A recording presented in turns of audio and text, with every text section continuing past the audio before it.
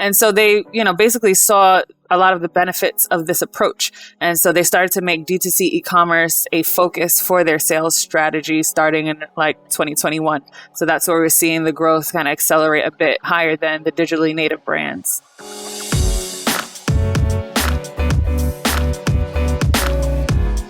Hey gang, it's Monday, May 16th. Whitney, Nazmul, and listeners, welcome to the Behind the Numbers Daily, an e-marketer podcast made possible by M-Particle. I'm Marcus. Today I'm joined by two folks. Let's meet them.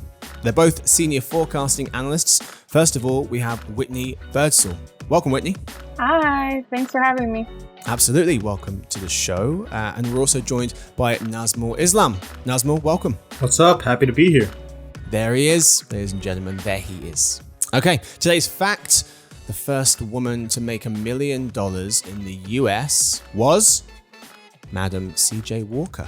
Born as Sarah Breedlove in 1867, was an African-American entrepreneur, philanthropist, and political and social activist. She is recorded as the first female self-made millionaire in America in the Guinness Book of World Records. Walker made her fortune by developing and marketing a line of cosmetics and hair care products for black women through the business she founded, Madam C.J. Walker Manufacturing Company. She became known also for her philanthropy and activism. Anyway, today's real topic, brand new Q1 forecasts.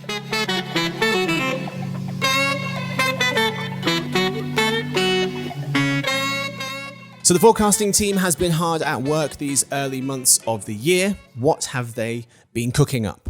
Well, they have produced brand new forecasts around TikTok ad revenues, which we will be talking about next week. We now have time spent using social video numbers and subcategories of categories.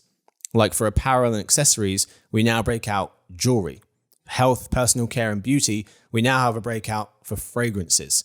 Don't know how you guys do it. But there's lots and lots of new stuff. But the three brand new forecasts we wanted to focus on today are cryptocurrency forecasts, D2C companies, and Meta ad revenues. And we'll start with crypto. Why not? Nazmul, you worked on this for us. So first of all, we have new crypto owner numbers. What is a crypto owner? How are we defining that? So a crypto owner is basically anyone above the age of 18 who owns cryptocurrency in some form of like a digital storage or account. And going deeper, cryptocurrency for us is just defined as the currency where transactions are verified and the records are maintained by a decentralized system using some form of cryptography. So we're counting both investors and payment users of all kinds of crypto users in that. Okay. How many are there? How many crypto owners are there in America? So by the end of this year, we're forecasting there's going to be 33.7 million crypto owners in the US. That's staggering because the forecast shows less than 10 million before the pandemic. So we've gone from less than 10 million to 34 million 3 years later, 2022. How many will there be going forward? By the end of next year, it's going to be above 37 million. And that's on a growth of above 10%. Okay.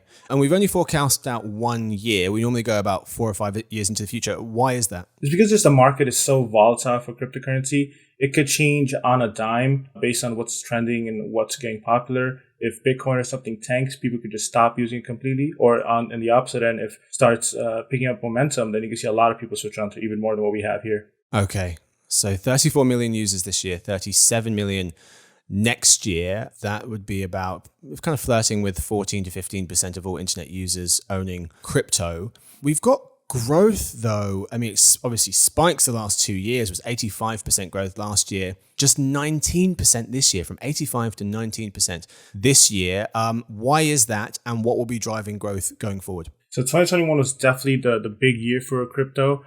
A lot of it had to do with like all the coverage it got on the news. Obviously, people heard about all the meme investing in specific cryptocurrencies like Dogecoin, Shiba Inu. But another aspect of that was that those crypto coins were a lot more accessible than some of the more pricier options, like let's say Bitcoin, Ethereum, which require thousands of dollars of investment to kind of just get into it. Whereas those other ones were literal pennies starting off. So a lot of other groups that might not have been interested in crypto might have gone into it. And also because of the availability of information, what turned off a lot of people from crypto was that they just weren't sure about what cryptocurrency really was. But because of all the news coverage and all the different websites now offering crypto options with like Coinbase, Crypto.com, even places like Robinhood and PayPal. There's a lot more places people could just learn about it, and so they're more comfortable getting into the market. Yeah, me and you both watch basketball. I can't go a quarter without seeing some kind of Crypto.com arena replacing the Staples Center where the Lakers play. But it seems like Steph Curry's on adverts for crypto. It seems like every 5 seconds there's another crypto commercial. What coins are crypto owners most likely to own? So Bitcoin is still the dominant share of the market. In terms of actual penetration and ownership, this year, Bitcoin will have 75% share. Ether will represent around 39% share of that, so they're the second biggest, and all the others just near 31%. Okay. And how many people are using crypto to actually pay for things? So that number is actually much smaller, which might not be that surprising just because there's limited locations and stores and stuff where you can actually use crypto as a payment option. But the number of companies offering it, especially online, it continues to increase every year. By the end of 2022, there will be just into like 4 million crypto payment users. But it's jumping up above 5 million next year. Okay. For people listening who know I'm a basketball fan, they might be thinking to themselves, what are you talking about? Why are you still watching basketball, Marcus? The Lakers are out of the playoffs. I know, okay? I know the Lakers aren't in it. I'm still watching, all right? Be gentle. You could be a Celtics fan. We're welcoming people to the bandwagon. Oh, God. No, thank you.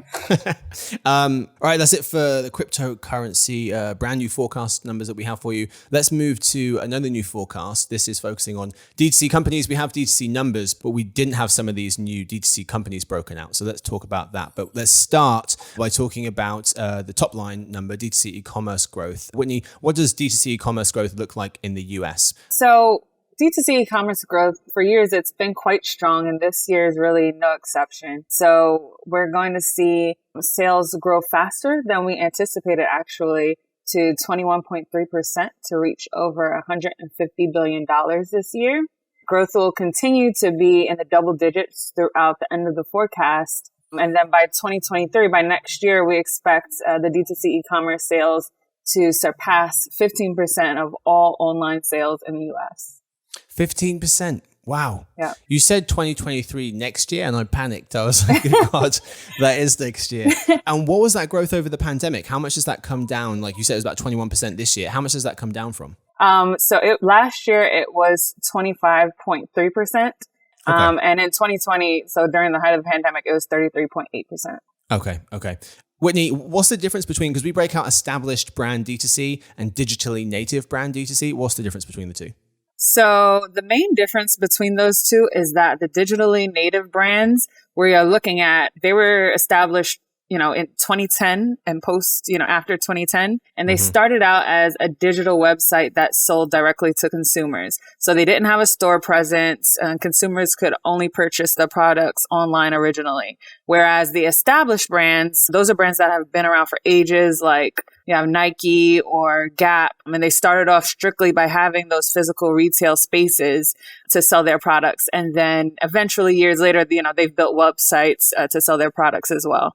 And so where is most of the D2C money coming from? Is it coming from the digitally native folks, or is it now the established brands? As far as like the share of D2C, the established brands has the stronger share of it. And as far as growth, it was digitally native brands originally, I think from 2020 onward. But since kind of after the pandemic, since 2021, we've seen that the established brands have been growing quite a bit stronger than the digitally native brands. Interesting. Yeah. So basically, for the established brands, what we've seen happening is that when the pandemic hit, many brands, they were forced to shut their doors, and they had to rely heavily on their digital presence. So the established brands, they started to invest heavily in ramping up their owned and operated websites to kind of handle the increase that they got in traffic to the websites.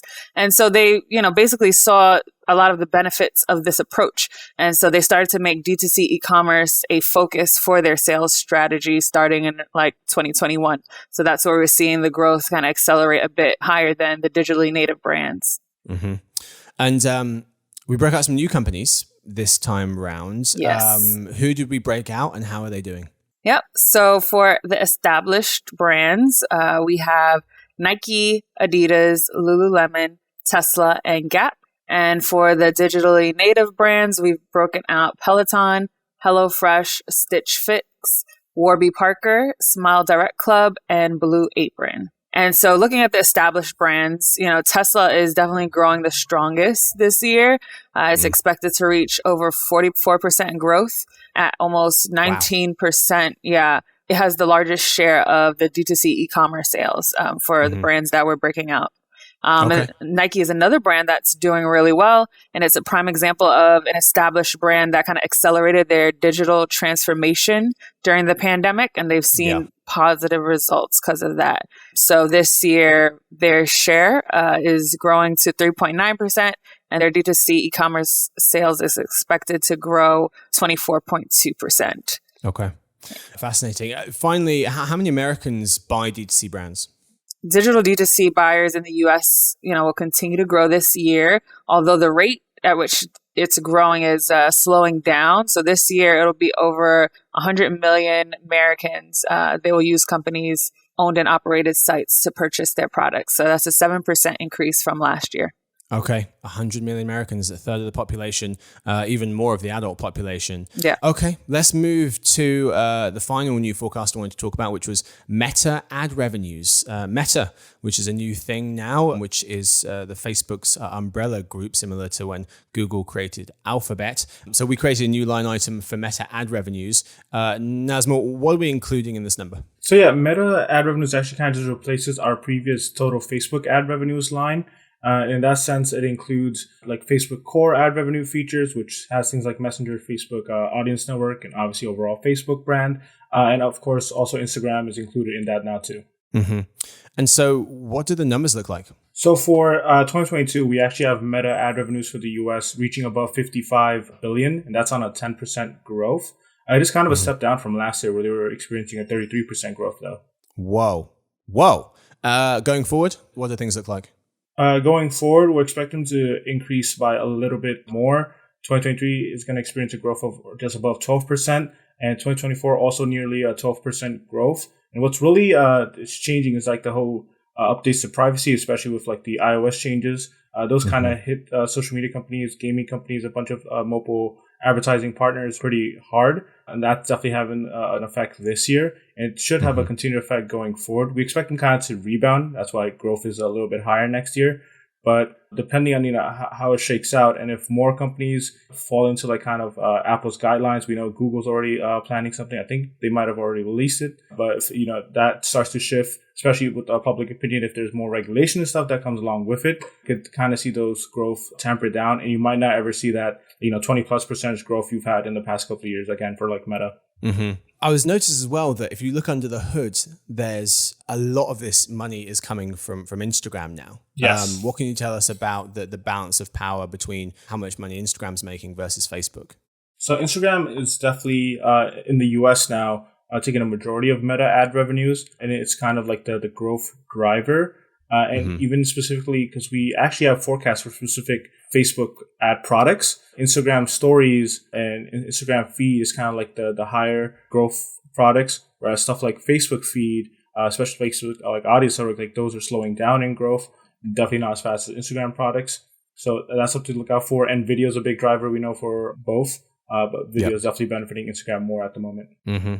Yeah, fantastic. Well, folks, thank you so much for going through those new forecasts. We had crypto, users, coins, transaction value, got D2C numbers, some new companies broken out, and Meta ad revenues, everything rolled up under that new company. That is it for the lead. It's time now for the halftime reports.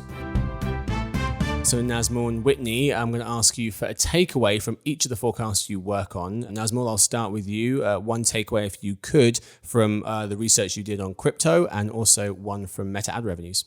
So the first thing I want to say, don't buy into NFTs. Please don't. That's the best life advice I could give everyone listening. But on a serious note, crypto definitely as an investment form has been pretty interesting. But I think to look out for the payment adoption, and it could really turn into something of like a secondary digital currency option besides just all the fiat currencies and that we already have. Like, it could get very serious traction that way. Mm-hmm. And for Meta ad revenues, what's the big takeaway there? So for Meta, I think the big thing to watch out for is those kind of like privacy changes and updates, whether it comes from more companies adopting those kind of principles or from government changes. That's something that can definitely hurt their future bottom line. Yeah, they were saying they could take a $10 billion hit this year just from that. So it's fascinating to see whether they do and what the ramifications could be next year and beyond. Whitney, D2C companies, what for you is the main takeaway? I think for me, the main takeaway is that, B2C e-commerce growth is growing faster than we had anticipated. And that is mainly driven by those established brands. And we didn't think that was going to be the case a couple years ago. Yeah. Well, what new forecasts are the team working on right now in Q2? Luxury e-commerce, banking as a service. So that was explained to me as Costco issuing a credit card and tying up with a bank for that. Prescription drug sales, users of health and fitness apps by brand, B2B MarTech spend, and shoppable media are just a handful of the things the folks are working on the forecasting team. Just remarkable stuff. Thank you guys so much for going through some of the brand new forecasts you've been working on. Pro subscribers can head to emarketer.com and check those out right now. That's all we've got time for the lead. Time now for In Other News, but first a quick word from our sponsor, mParticle.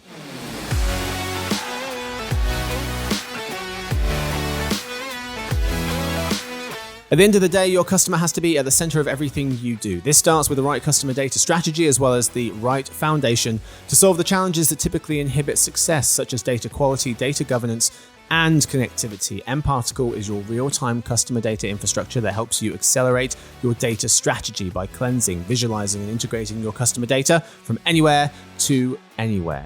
Ultimately, better data leads to better decisions, better customer experiences, and better outcomes. See why the best brands choose mParticle.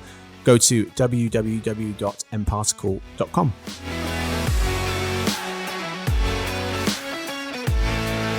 All right, folks, we are back today in other news. How many people around the world use the internet? And can DoorDash and Uber Eats keep up their pandemic momentum?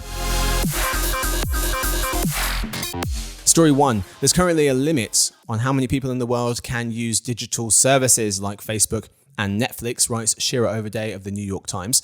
That's because lots of people in the world just aren't online. In some of the world's most populated countries, like Pakistan, Bangladesh, and Nigeria, a majority of people are not online, Miss Overday notes. But Nazmul, the share of people in the world who do use the internet is blank. Right now, we're forecasting that to be 57.4% of the population in the world can use the internet. That's in 2022. Yeah. And tell us how we get to that number, because people count things differently, right? There's the number from the World Bank and the UN. They estimate that about 60% of the world use the internet on their home or on their phones, but they count an internet user as anyone who's gone online, at least in the past 3 months. How do we get to our internet user figure? So for us, we actually look at the reports and data coming out from all the local banks and local government, central authority figures and stuff for not just each region, but each specific country within the region. For us, our definition is a little bit more limiting because they have to be online at least once per month, so not just every 3 months, which will end up being a little bit lower. But yeah, so we just look through all those separate sources locally, get our estimates for each country, and then add up the totals to get our worldwide figures. Yeah. 57% of people in the world online. Put another way, 43% of people in the world not using the internet once a month. It's staggering. Yeah. And how does that number look going forwards? It's pretty incremental, right? There's no big curve upwards anymore. Yeah, not really, because even by the end of our forecast period, which is 2026, it only goes up to 59.4%, so still under 60%. Wow. Yeah, shocking. And then the countries that are getting the internet, they're definitely not getting them at the same speeds as some of the more developed countries. So definitely, a patchwork of different consumer adoption stories around the world. Story 2, consumer enthusiasm for DoorDash and Uber Eats remains high, writes Insider Intelligence retail analyst Rachel Wolf. She notes that DoorDash reported nearly $1.5 billion in revenues for Q1, a 35% year-on-year increase. Uber Eats gross bookings grew 12% year on year. Order frequency grew 4%. Rachel writes that the era of triple-digit growth is over for both companies. But Whitney, the growth in sales for DoorDash and Uber Eats for this year and next, according to us, will be blank. So for DoorDash, we expect sales to grow by 12.7% this year, and next year that to accelerate to 14.5%. for Uber Eats. We have sales growth dipping to 13.9% this year, and that will accelerate to 17.4% next year. Keeping in mind, the last time we did this forecast was last summer, and we do anticipate having new numbers at the end of July. So given some of the new information based off of financials, we'll probably see a bit of an increase in those numbers for this year. Mm-hmm. Okay. And do we know why the numbers we're expecting them to go up next year? It's just that they're coming down from the highs of the pandemic this year, and that they're going to increase as kind of routines and habits start to settle in? Yeah, I think what we were kind of anticipating is that, like you said, this year people, would be going to restaurants a lot more, right. Would be excited about actually going out to eat instead of ordering. But by next year, that kind of, not a fad or phase, but, that would kind of die out and people will get back to their regular routines and the convenience of ordering food in from their favorite restaurants. Yeah. The article by Rachel had a chart from Apptopia listing the top 10 mobile food and drink apps in the US, top 10. Number 1 was DoorDash, 30 million downloads. Number 2, McDonald's with 24 million. Number 3, Uber Eats with 21 million. And then fourth place and down each had half as many downloads as third place Uber Eats. So those were the top 3, DoorDash, McDonald's, and Uber Eats. That was from Apptopia. Then you had Yelp, Grubhub, Starbucks, Instacart further down the list. Rachel also notes that it's not going great for every delivery app. Competitor Just Eat's Q1 sales remained flat year on year. They're also experiencing a higher than normal absolute churn level and expect growth to remain challenging in the next quarter. That's all we've got time for this episode. Thank you so much to my guests. Thank you to Whitney. Thanks for having me. And thank you to Nazmul. Always happy to help, even with Laker fans. Oh, Well, glad to be say here. something nice about you, Nazmul, but no more. This is Naz's last show. So thank you so much for being a fantastic colleague, being part of the podcast. And as you heard from his horrible comment just earlier, he is a Celtics fan, unfortunately. So yeah, it's been an honor to be on the show with you, Marcus, and I appreciate all the opportunities I got to be on it. It's been fun for the most part. Okay, it was nearly nice until the end. It's been an absolute pleasure, mate. Thanks for being on. And thank you to Victoria. She edits the show. And thanks to everyone listening in. We'll see you tomorrow for the Behind the Numbers Daily, an eMarketer podcast made possible by M Particle.